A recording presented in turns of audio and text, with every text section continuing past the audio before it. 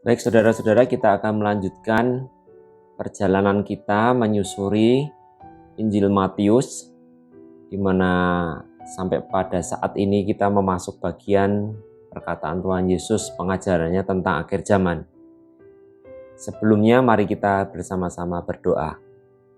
Kami mohon pimpinan-Mu Roh Kudus supaya kami, baik yang berbicara maupun yang mendengarkan dan merenungkannya, mengetahui isi hati-Mu. Jagalah hati kami, pikiran kami, motivasi kami, sehingga kami benar-benar memiliki satu kerinduan tunggal untuk hidup ini menyenangkan hati Tuhan.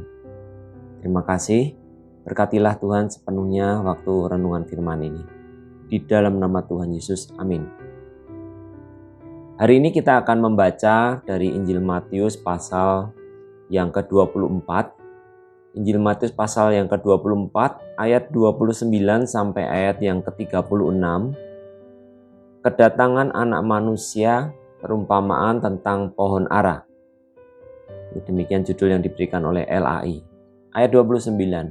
Segera sesudah siksaan pada masa itu, matahari akan menjadi gelap dan bulan tidak bercahaya, dan bintang-bintang akan berjatuhan dari langit dan kuasa-kuasa langit akan goncang.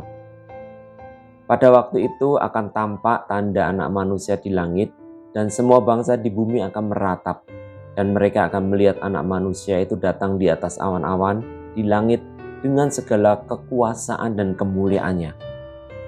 Dan ia akan menyuruh keluar malaikat-malaikatnya dengan meniup sangkakala yang dahsyat bunyinya, dan mereka akan mengumpulkan orang-orang pilihannya dari keempat penjuru bumi, yang dari ujung langit yang satu ke ujung langit yang lain.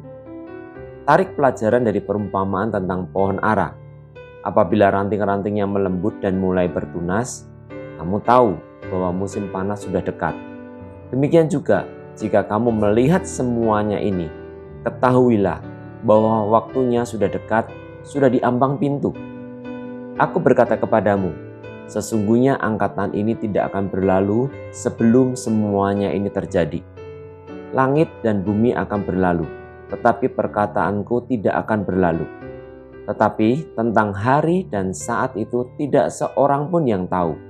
Malaikat-malaikat di surga tidak, dan anak pun tidak, hanya Bapa sendiri. Ya, bagian ini seperti yang sudah kita dengar dari sebelum-sebelumnya, merupakan rangkaian tentang khotbah Tuhan Yesus tentang akhir zaman.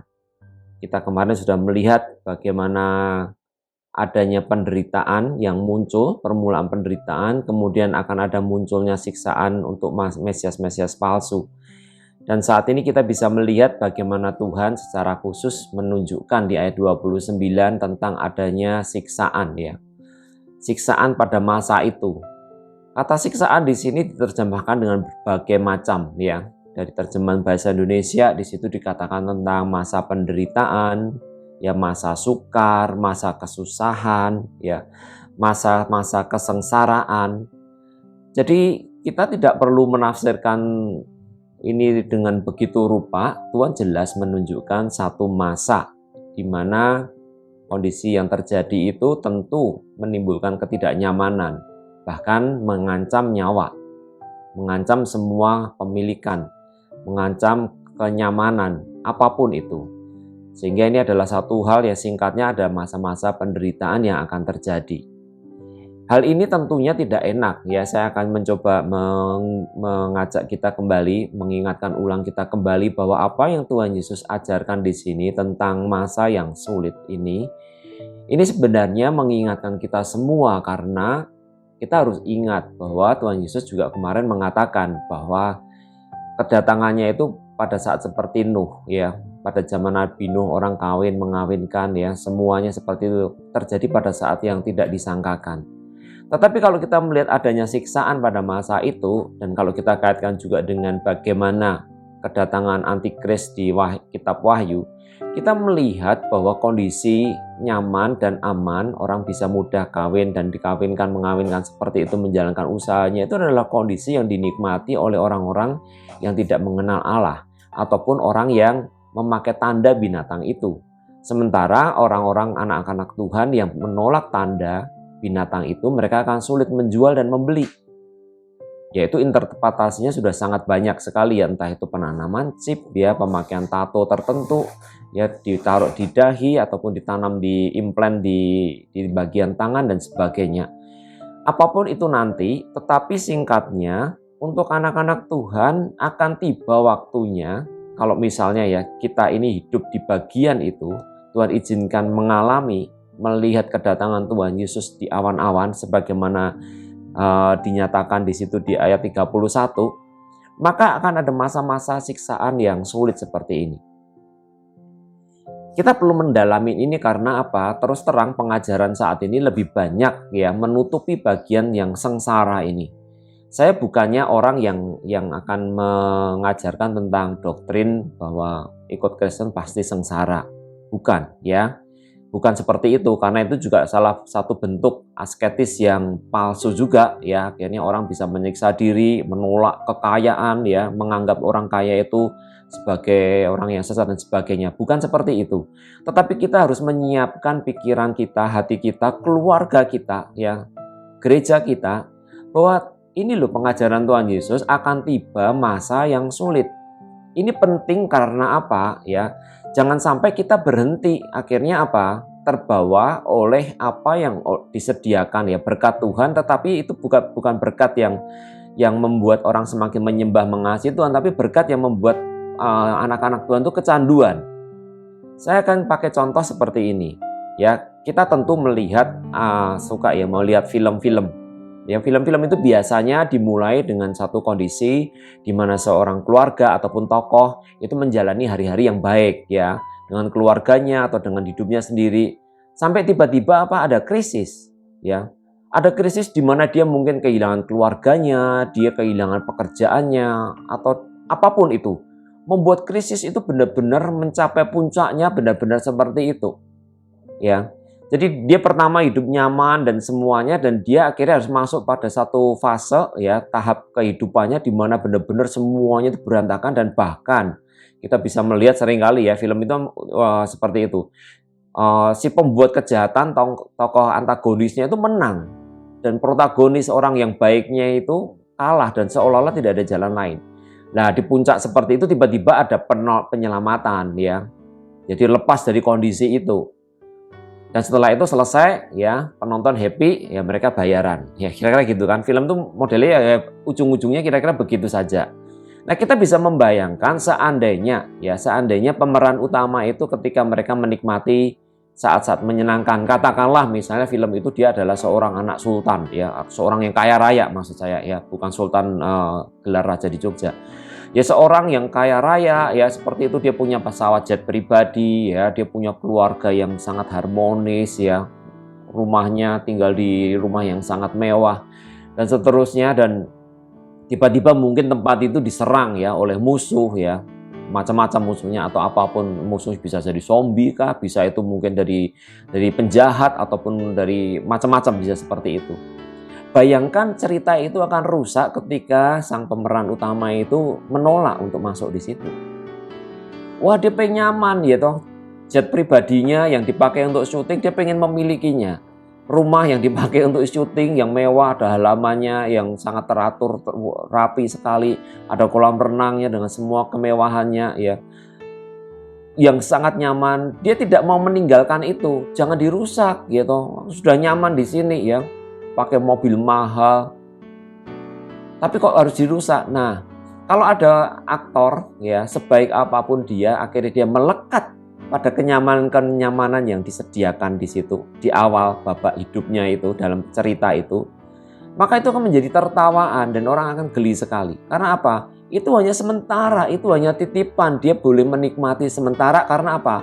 Ujung-ujungnya nanti itu semua akan dirusak ya, pesawatnya disabotase misalnya, meledak, rumahnya dihancurkan ya, begitu rupa untuk tembak-tembakan ya, kita bisa lihat film seperti itu, dihancurkan begitu rupa, perabotan-perabotannya mahal, dan bahkan dalam cerita-cerita tersebut ya seringkali keluarganya atau anaknya dibunuh atau diculik sedemikian rupa, sehingga semua yang nyaman itu tiba-tiba harus berantakan dalam waktu hitungan, bahkan hanya dalam beberapa menit atau jam. Fase hidupnya tiba-tiba berubah. Tugas aktor yang baik adalah Dia setia mengikuti skenarionya. Walaupun mungkin dia akhirnya tadi harus menderita kehilangan semuanya, dia harus on script, dia harus mengikuti itu semua. Tidak boleh tidak, dia tidak boleh melekat sedikit pun. Ngeman ini, ngeman itu. Dan seorang aktor, dan kita juga tahu, dia pasti akan mengikutinya. Kalaupun setelah itu dia harus akhirnya apa? Berkubang ataupun dia ditawan dan sebagainya. Dari biasanya syuting di tempat enak, indoor, ternyata dia harus misalnya ditawan di padang gurun atau di hutan atau di penjara yang banyak nyamuknya. Ya dia akhirnya harus mengikuti itu semua. Dan seorang aktor yang baik dia akan rela mengikuti itu semua, ya. Karena apa? Dia tahu bahwa itu hanya film sementara. Setelah selesai tadi, ya selesai dia memerankan dengan baik, dia setia pada skenarionya, maka apa? Dia akan bayaran. Namun kalau kita perhatikan betapa saat ini banyak orang-orang Kristen, anak-anak Tuhan yang memakai tahap awal itu tadi dan menjadikan itu sebagai tujuan menjadi orang Kristen, mengikut Kristus seperti itu. Apa yang kita baca pada sore hari ini, pada saat ini, itu menunjukkan bahwa bukan, kita harus menyiapkan diri, ya, menyiapkan hati kita, keluarga kita untuk melihat apa yang Tuhan Yesus sendiri katakan bahwa akan ada masa-masa sulit di mana bahkan jiwa-jiwa yang setia itu akhirnya ditumpas, dibunuh dengan tidak adil oleh orang-orang yang membenci Tuhan, oleh antikris dan pasukannya dan orang-orang yang ada di belakangnya. Mereka tidak suka, mereka menolak pengajaran Tuhan Yesus. Jadi jangan sampai kita ya, karena memang untuk seketika lamanya ini jika kita diizinkan untuk hidup nyaman, punya berkat ini dan itu ya. Terus akhirnya apa? Dijadikan itu sebagai patokan ukuran keberhasilan. Bukan. Keberhasilan kita adalah ketika kita setia seperti Ayub itu loh. Ayub setia dari awal sampai akhirnya. Dia tidak mengutuki Tuhan. Dia memang mengutuki harinya karena penderitaan, hari lahirnya, karena penderitaan yang sedemikian rupa. Saya tidak mengatakan bahwa hidup ini adalah kita seperti drama, bukan ya. Karena skenario-nya yang menulis adalah Tuhan dan kita tidak tahu bagaimana kita masing-masing akan berakhir hidup kita.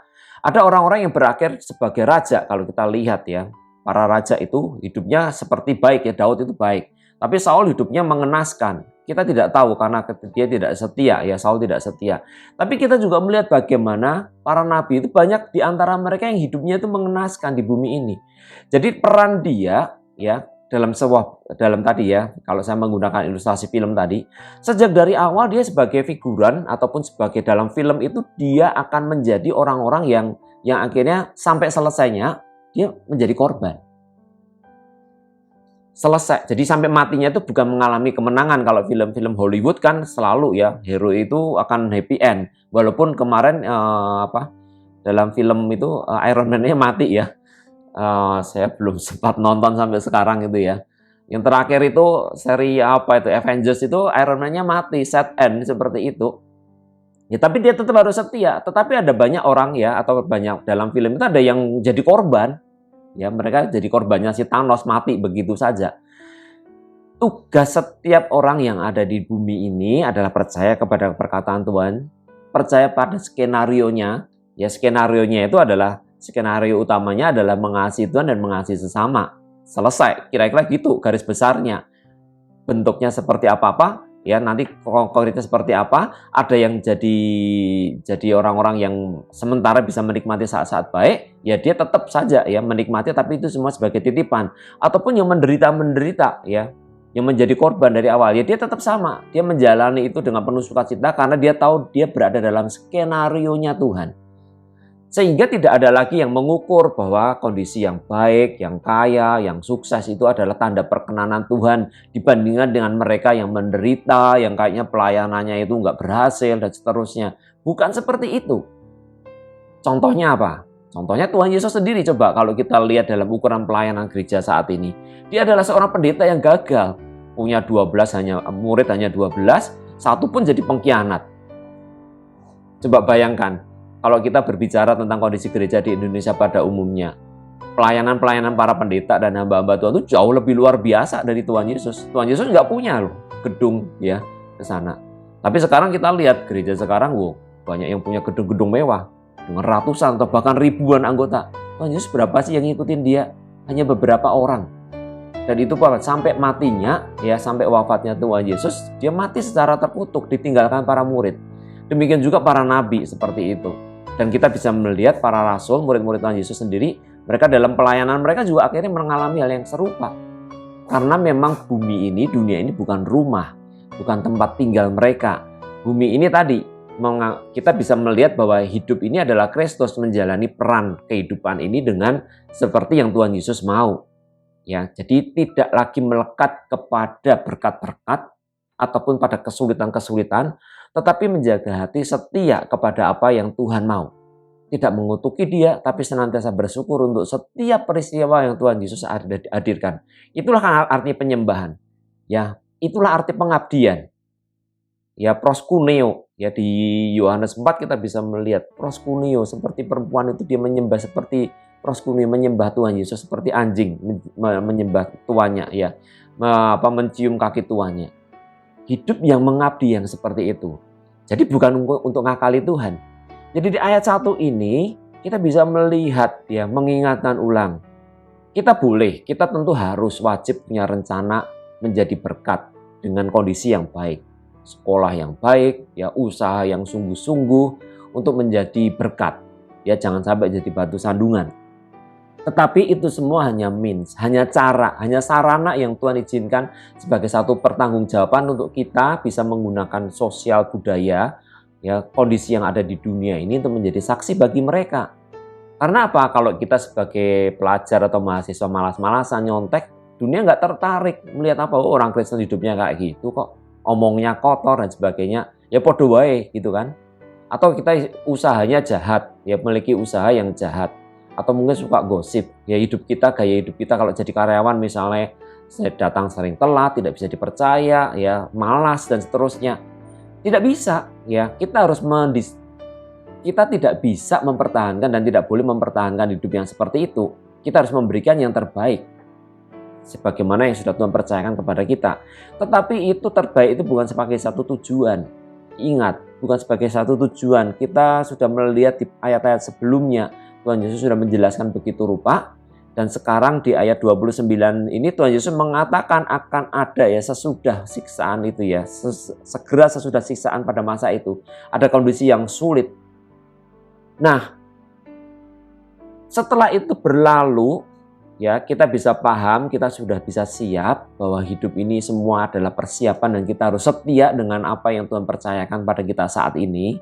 Ya, entah itu tadi, ya, kekayaan, kesuksesan dan teman-temannya itu, atau tadi, ya, kondisi-kondisi pekerjaan yang pas-pasan atau keluarga yang hanya begini-begini saja yang beda. Kita pokoknya masing-masing setia, ya, sesuai dengan peran yang Tuhan berikan kepada kita, talenta yang Tuhan percayakan kepada kita. Maka, ya, akan ada muncul masa yang penuh siksaan. Tuhan juga mengetes apakah kita setia. Setelah itu matahari akan menjadi gelap dan bulan tidak bercahaya. Nah, kita melihat setelah itu akan ada kondisi alam yang tidak lagi mensupport kehidupan di bumi ini. Matahari akan menjadi gelap, bulan tidak bercahaya. Bintang-bintang akan berjatuhan dari langit dan kuasa-kuasa dan seterusnya tadi. Beberapa orang mengatakan, menafsirkan bahwa bagian ini adalah maknanya figuratif, artinya kepemimpinan, ya, matahari itu tentang berbicara tentang pemerintahan, ya, kuasa-kuasa yang ada di dunia ini, ya, katakanlah negara-negara superpower, ya, ataupun siapapun itu, ya, bagaimana sistem kemasyarakatan itu rusak. Ya, ada penafsiran yang seperti itu.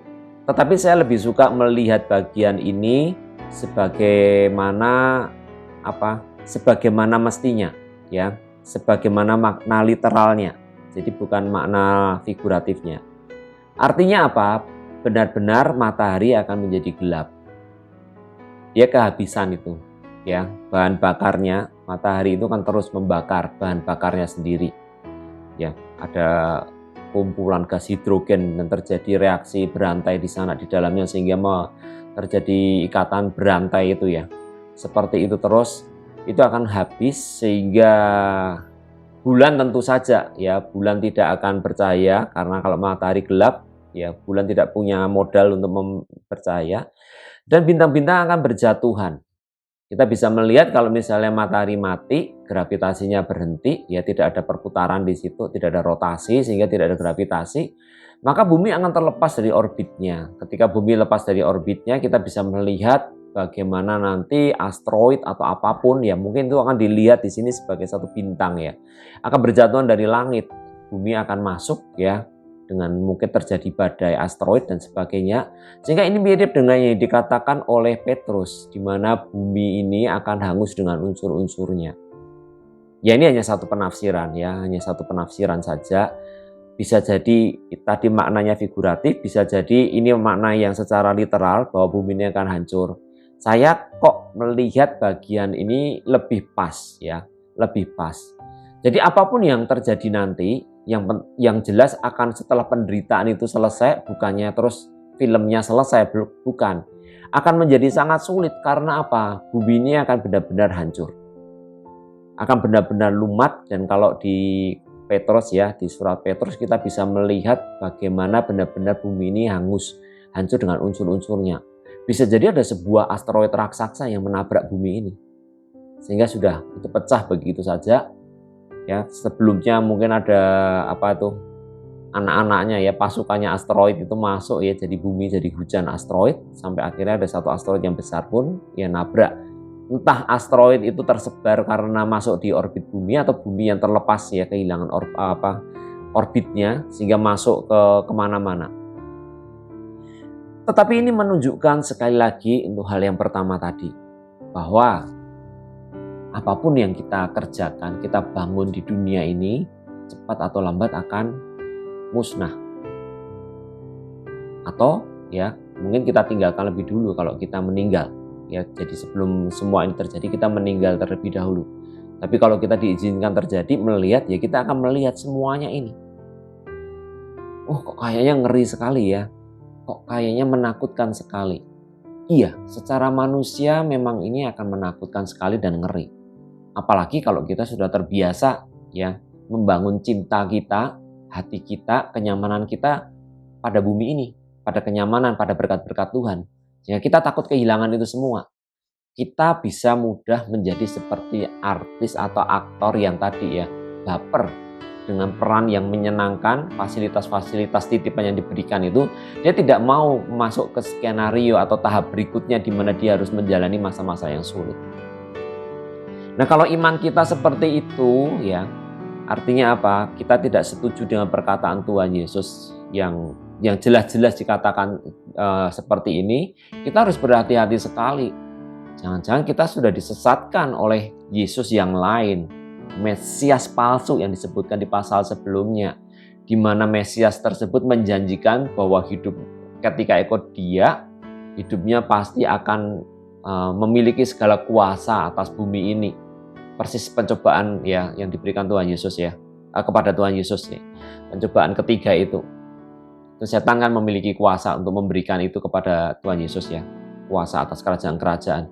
Kalau kita menjadi Kristen hanya untuk mencari itu semua, kita percaya kepada Tuhan Yesus, pelayanan ini dan itu, berkorban ini dan itu, hanya untuk itu saja, saya khawatir loh, kita sedang menyembah ataupun melayani Mesias yang lain. Tetapi Mesias yang disaksikan di Alkitab, dia menyatakan bahwa akan tiba masa yang sulit. Ayo kita renungkan dari ayat 1 ini saja. Mengapa saya dan Anda saat ini memutuskan untuk mengikut Tuhan Yesus? Apa tujuannya? Apakah ingin masuk dalam skenario agungnya? Taat, setia, mengerjakan talenta yang dia berikan, menjadi pekerja yang setia, yang baik dan setia. Jadi dikasih talenta ya, kita sudah melihat itu tentang ilustrasi perumpamaan tentang talenta. Dia mengerjakan dengan setia, atau kita menjadi hamba-hamba yang jahat, pekerja yang jahat, yang justru akhirnya menyalahgunakan posisi yang ada. Dan kita tahu ya dari perumpamaan itu akhirnya hamba-hamba yang jahat itu dibinasakan. Nah, itu bagian yang pertama. Ya, bagian yang pertama, bumi ini akan benar-benar hancur, dan pada saat itu ayat 30 dan 31 Tuhan Yesus datang untuk kedua kalinya di awan-awan. dengan segala kemuliaannya. Di situ ada tanda, ya, sangkakala berbunyi, dan Tuhan Yesus datang di awan-awan di langit dengan segala kekuasaan dan kemuliaannya. Pada saat itulah semua lidah akan mengaku Yesuslah Tuhan. Semua lutut akan dipaksa bertelut. Ya, entah itu orang percaya, orang tidak percaya, semuanya akan bertelut.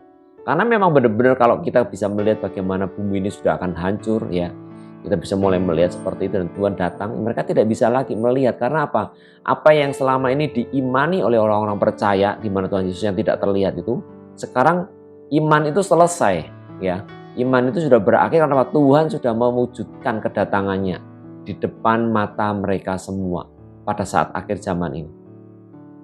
Tuhan menunjukkan kemuliaannya dan semua orang akan sujud menyembah Dia. Sebagian menyembah untuk menerima suara sabaslah, hai kau hambaku yang baik dan setia. Sebagian lagi akan menerima suara enyahlah kamu sekalian pembuat kejahatan. Ya, kita sedang menjadi anak-anak Tuhan, pengikut Kristus yang mana? Yang setia atau yang korup? Yang memanfaatkan segala fasilitas, ya, yang Dia berikan. Kita tidak tahu masing-masing akan menjadi seperti apa nanti. Mungkin kita akan terkejut-kejut, ya, ketika saat itu tiba. Karena mungkin banyak melihat itu kayaknya orang Kristen begini begitu, atau bahkan diri kita sendiri, kita menjadi seperti yang di Matius 7. Tuhan, aku sudah berbuat demi nama-Mu, mengusir setan demi nama-Mu, mengadakan banyak mujizat demi nama-Mu. Dan Tuhan menyebut kita pembuat kejahatan. Ngeri sekali, kan? Sangat mengerikan. Jadi mari kita melihat bagian ini dengan lebih reflektif lagi. Beberapa waktu yang lalu sempat heboh, ya, mungkin 2-3 tahun yang lalu, tentang terdengar sangkakala. Ya, suara itu fenomena alam yang membuat geger, ya. Videonya viral di mana-mana, ya, di sebagian negara, kalau tidak salah di Eropa itu dengar suara yang cukup aneh. Tidak tahu dari mana sumbernya. Wah, pikir orang tanda-tanda akhir zaman dan sebagainya. Ya, kalau kita tahu firman Tuhan seperti ini, ya kita jelas tahu bukan itu sangkakalanya, walaupun itu mungkin fenomenal, ya. Karena apa? Belum ada siksaan yang berat. Itu belum terjadi. Masih banyak anak-anak Tuhan yang hidupnya happy, ya, tidak ada resiko apa-apa ketika menjadi anak Tuhan. Belum ada lagi tadi, ya, tanda-tanda bahwa matahari mulai kehilangan pancarannya, sinarnya, ataupun mulai ada gempa bumi di mana-mana, peperangan di mana-mana. Belum ada itu.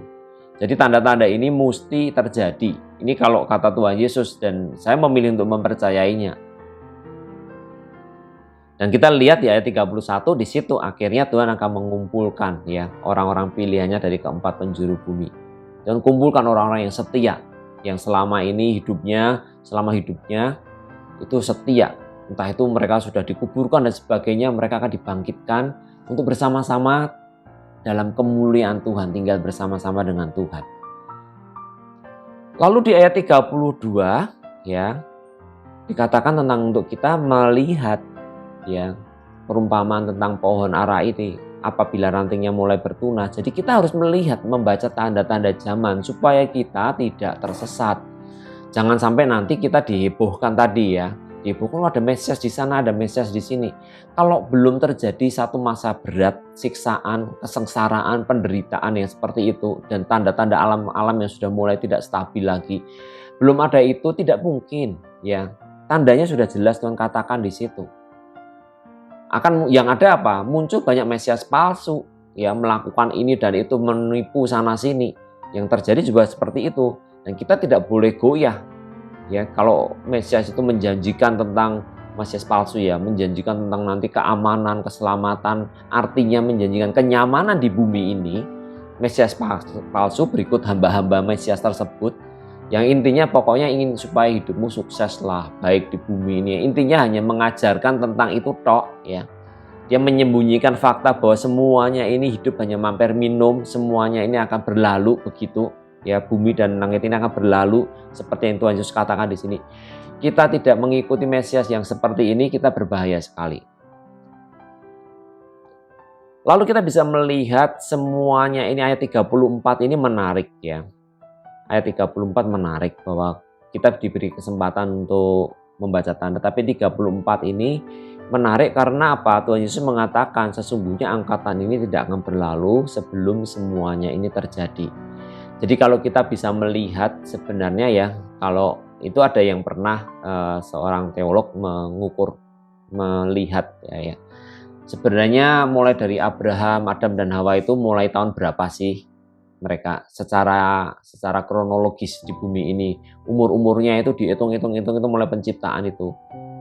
Jadi itu ada sekitar 4.000 tahun ya, sejarah dari mulai Adam itu kalau diukur-ukur gitu, dihitung-hitung, dijumlah-jumlahkan sekitar 4.000 tahun.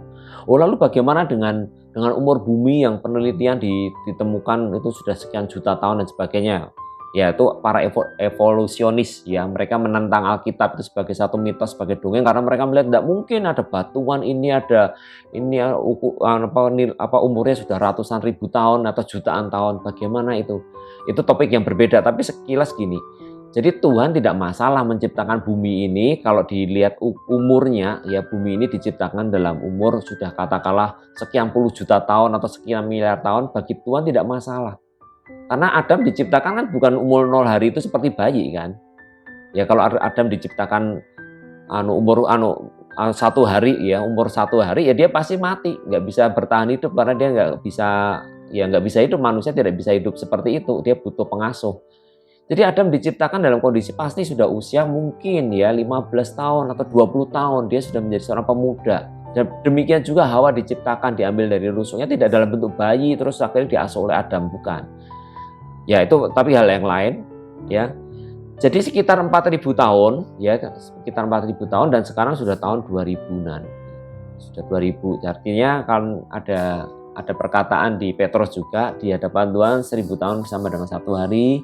Ya, 1 hari sama dengan 1000 tahun. Ya kalau kita bisa melihat kondisinya, ya ini kita sudah benar-benar berada di dalam angkatan yang terakhir. Ya, fase terakhir. Jadi 2000 tahun dari Tuhan Yesus ya, sampai kita bisa melihat dari Adam ya sampai kedatangan Tuhan Yesus itu 4.000 tahun sana, dan sekarang ini di episode yang terakhir ya, episode yang terakhir bagaimana gereja Tuhan, masa gereja Tuhan di episode terakhir, sampai nanti Ibrani mengatakan akan ada sabat terakhir. Kita masuk perhentian selama-lamanya bersama dengan Tuhan. Jadi sudah 6.000 tahun ya. Cuman tepatnya kapan di situ dikatakan tidak ada yang tahu, tidak ada seorang pun yang tahu. Ya, malaikat-malaikat tidak, Tuhan Yesus sendiri pun tidak, ya hanya Bapa sendiri, hak prerogatif Tuhan. Tugas kita apa? Ya kita setia mengajarkan apa yang Tuhan Yesus ajarkan, mentaatinya, melakukannya dengan setia. Tidak menjadikan semua yang Tuhan titipkan di bumi ini, entah itu kepintaran, ya, kekayaan bersifat materi, pengaruh-pengaruh dan sebagainya, itu sebagai satu tujuan, sebagai sarana untuk akhirnya justru untuk membuat orang datang kepada Tuhan dengan keuntungan-keuntungan seperti untuk pedagang itu ya, mencari keuntungan kayak multi level itu loh. Kalau misalnya orang itu kita mendapat keuntungan kalau dia untung. Nek gereja seperti itu, seperti mentalitasnya seperti MLM ya. Dia mencari jemaat supaya akhirnya punya persembahan, punya ini dan itu dengan menjanjikan keuntungan di dunia ini. Ya, gereja multi level kira-kira gitu kan. Itu kita ngeri sekali loh. Ya terus ini mengerikan sekali karena yang Tuhan Yesus ajarkan bukan untuk membangun kerajaan di bumi ini. Kita harus mewujudkan, meminta di doa Bapa kami itu menghadirkan kerajaan Bapa di bumi ini. Yaitu kerajaan apa? Kerajaan kasih, mengasihi Bapa dan mengasihi sesama. Tetapi bukan untuk menetap di bumi ini. Akhirnya apa? Tujuan, cita-cita semuanya ditujukan untuk membangun dengan semua rupa kesibukan itu semua. Akhirnya tidak lagi memikirkan kekekalan. Akhirnya merasa jengah dengan membahas ayat-ayat yang seperti ini. Ayat-ayat yang dimana, wah kok rusak semua, kok hancur semua. Wah, kalau kita sampai akhirnya hanya berhenti mengikut Tuhan, sampai seperti ini mengerikan sekali, bukan? Artinya apa? Jangan-jangan kita sudah disesatkan dan kita ikut menyesatkan orang-orang yang ada di sekeliling kita. Keluarga kita mungkin, anak-anak kita. Sehingga berpikir bahwa menjadi Kristen itu harus seperti ini, seperti itu, sukses. Seperti sukses yang dunia ini katakan.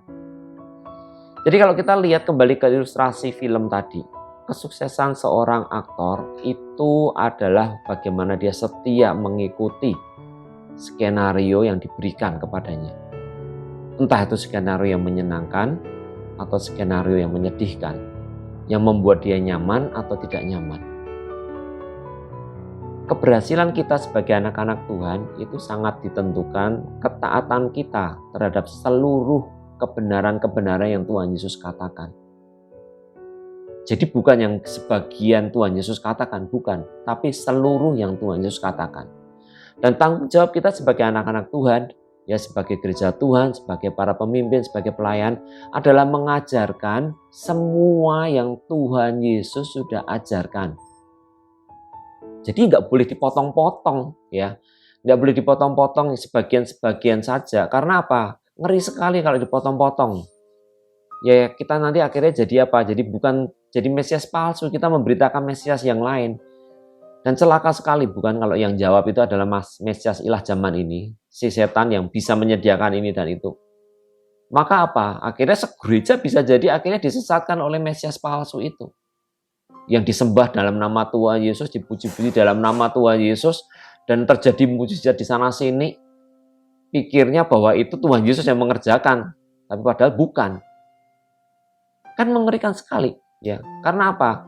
Ya pasti setan menggunakan hal-hal yang berbau rohani untuk menyesatkan orang-orang rohani kan. Pasti seperti itu ya. Dia menyesatkan dengan hal-hal yang beda lain ya, beda kaidah ya, dengan hal-hal yang mengerikan ya, kita pasti segera mendeteksinya. Tetapi kalau disesatkan dengan Alkitab, disesatkan dengan mujizat-mujizat, nubuat-nubuat yang sepertinya langsung bisa benar-benar terjadi. Wah, tanda-tanda yang luar biasa. Ya mudah sekali. Ya karena kita ini memang seperti domba-domba yang mudah disesatkan. Sehingga kalau kita mulai menawar-nawar sebagian dari firman Tuhan yang menyenangkan kita saja dan mulai menseleksi, membuang firman Tuhan, kata-kata Tuhan Yesus yang kayaknya itu mengganggu kenyamanan kita, mengganggu pelayanan kita, mengganggu kalkulasi kita, hati-hati. Kita sedang mengajarkan atau mengikuti Allah atau Mesias atau Yesus yang lain.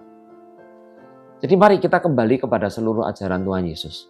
Kita berusaha melakukannya dengan setia dan kita mengajarkan seluruhnya. Ya, tanpa agenda pribadi. Jadilah seperti aktor tadi yang menjadi aktornya Tuhan. Sendiko dawuh. Udah ikutin saja. Kalau nanti harus menderita, ya menderita. Kehilangan. Jadi jangan sampai kita justru akhirnya membawa diri dalam pencobaan ya. Seperti si Demas itu ya. Sudah begitu rupa mengikuti Paulus, akhirnya apa? Cinta akan dunia ini akhirnya menggeser cintanya kepada Tuhan. Saya tidak tahu apa yang terjadi persisnya, tapi ada salah satu bagian ketika Paulus menceritakan ya Demas sudah mencintai dunia ini dan meninggalkan dia. Karena apa? Ya mungkin dia ketika mengikut Tuhan Yesus itu, ketika percaya dia pikir mungkin sama seperti itu ya, si Skewa itu. Wah, ketoknya ikut Tuhan itu punya Roh Kudus. Ya dari akhirnya minta mau apa ya? Anak-anak Skewa itu dia minta merasa bahwa bisa menggunakan nama Tuhan, akhirnya malah dicakar sama setan. Ditelanjangi seperti itu. Jadi kalau punya motivasi yang tidak benar, artinya kita punya motivasi untuk bikin film kita sendiri, bikin peran kita sendiri, atau kita nempel pada episode-episode tertentu dan tidak mau sampai ke episode yang selesai. Yowes kono, kira-kira Tuhan dan gitu. Ya, yowes kono sak karepmu kono. Ya, sayang sekali. Kita sudah berada dalam satu lingkaran anugerah, dalam satu panggilan Tuhan, tetapi kita disesatkan karena apa? Keinginan-keinginan kita sendiri kita pelihara begitu rupa. Ya kiranya apa yang kita baca ini mengingatkan akan datang pohon ara, ya, mulai ranting-rantingnya melembut, mulai bertunas. Jangan dimengerti itu sebagai musim semi yang indah ya, tapi kita bisa melihat bagaimana akan ada masa sengsara itu, yang tampaknya tidak pernah akan terjadi lagi dan belum pernah terjadi. Terjadi seperti ini. Semakin sulit menjadi orang Kristen. Dan nanti alam akan semakin hancur, semakin goncang kuasa-kuasanya. Baru setelah itu Tuhan Yesus datang. Semoga ketika saat itu tiba, seperti lagu-lagu yang kita gunakan dalam ibadah pada saat ini, aku mau di sana, itu sudah menjadi lagu kita, menjadi ketetapan hati kita. Aku mau di sana Tuhan. Ya, waktu Engkau datang di awan-awan, aku mau di sana. Mari kita periksa hati kita sekali lagi, motivasi kita mau percaya dan mengiring Dia, motivasi kita melayani Dia, motivasi kita bekerja, motivasi kita sekolah, apakah semuanya dalam rangka untuk kita menyukakan hati Bapa, untuk mengabdi padanya, untuk menggenapi seluruh firman-Nya dan tunduk pada seluruh ketetapan-ketetapannya. Apakah sudah seperti itu atau belum? Kalau belum, ataupun mungkin sudah menyeleweng, ini saatnya kita kembali kepada Tuhan. Benar-benar mengembalikan arah atau kompas hidup kita untuk mengasihi Tuhan dengan segenap hati kita, dengan segenap kekuatan kita, segenap akal budi kita. Amin. Mari kita berdoa. Tuhan, kami bersyukur karena kasih setia-Mu yang besar. Engkau terus mengingatkan kami. Engkau tidak sekedar membawa Daud kepada padang berumput hijau dan air yang tenang, tetapi Engkau juga membawa Daud dalam lembah bayang-bayang maut. Demikian juga dalam pengajaran firman-Mu. Engkau sekarang menunjukkan kepada kami semua bahwa segala kenyamanan, kemapanan, kebaikan-kebaikan yang ada di bumi ini, keteraturan dan semuanya itu satu saat akan musnah. Karena kejahatan akan semakin meningkat, manusia akan semakin tidak tahu diri, semakin menentang Tuhan, dan bumi ini segera akan berakhir. Kami tidak tahu waktunya kapan. Bisa jadi terjadi di masa hidup kami saat ini, atau mungkin di masa hidup anak-anak kami atau cucu kami. Tidak ada yang tahu. Tetapi yang jelas-jelas kami tahu, Engkau menghendaki kami mempercayai seluruh firman-Mu. Pernyataan-pernyataan yang keluar dari mulut-Mu sendiri Tuhan, yang dicatat dalam kitab suci-Mu ini. Supaya kami tidak tebang pilih, hanya mencari yang enak-enak saja, yang menyenangkan kami, yang memberikan kami kenyamanan-kenyamanan di dunia ini. Hindarkan kami untuk mengikuti separuh Yesus yang seperti itu. Hindarkan kami Tuhan, dan kalau ada yang sudah seperti itu, tolonglah kami Tuhan, untuk kembali melihat, membaca lagi, membaca ulang firman-Mu, supaya kami boleh mengenal Engkau, sebagaimana yang dinyatakan Alkitab, seutuhnya, sepenuhnya, dan kami menyembah Engkau, Allah yang seperti itu. Jangan biarkan seorang pun Tuhan akhirnya disesatkan dan akhirnya harus mendengar murka Enyahlah dari hadapanku. Jangan sampai itu yang akhirnya harus kami dengar Tuhan. Mungkin kami akan menjadi bagian yang sedikit yang disalah mengerti seperti para nabi-Mu. Karena kami melewati jalan yang sempit itu, yang sesak itu, dan sedikit orang yang menemukan menjalaninya. Dan biarlah kami tetap gigih Tuhan mempertahankannya di sana.